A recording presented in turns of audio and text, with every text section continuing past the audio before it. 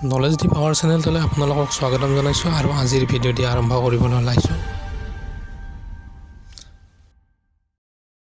আজিৰ প্ৰথম প্ৰশ্নটো হৈছে কাৰ্বহাইড্ৰেট আমাৰ দেহত কি ৰূপত সঞ্চিত হয়? উত্তৰটো হৈছে গ্লাইক'জেন।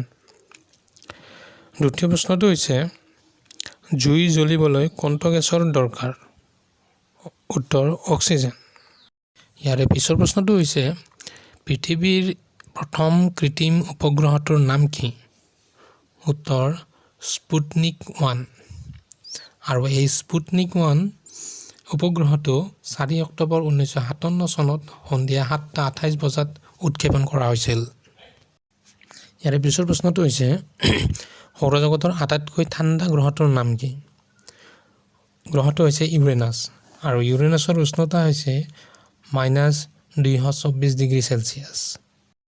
ইয়াৰে পিছৰ প্ৰশ্নটো সৌৰজগতৰ কেন্দ্ৰ কি?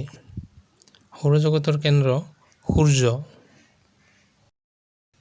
ইয়াৰে পিছৰ প্ৰশ্নটো হৈছে কোন গ্ৰহক ৰঙা গ্ৰহ বুলি কোৱা হয়? উত্তৰটো হ'ব মঙ্গল গ্ৰহক ৰঙা গ্ৰহ বুলি কোৱা হয়।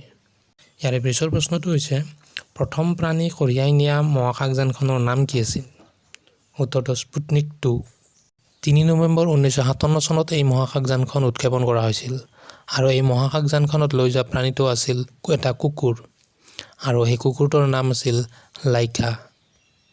প্ৰিয় বন্ধু-বান্ধৱীসকল, আজিৰ এই সৰু ভিডিঅ'টি ইয়াতে সামৰিছোঁ আৰু ভিডিঅ'টি কেনে পালে জনাব।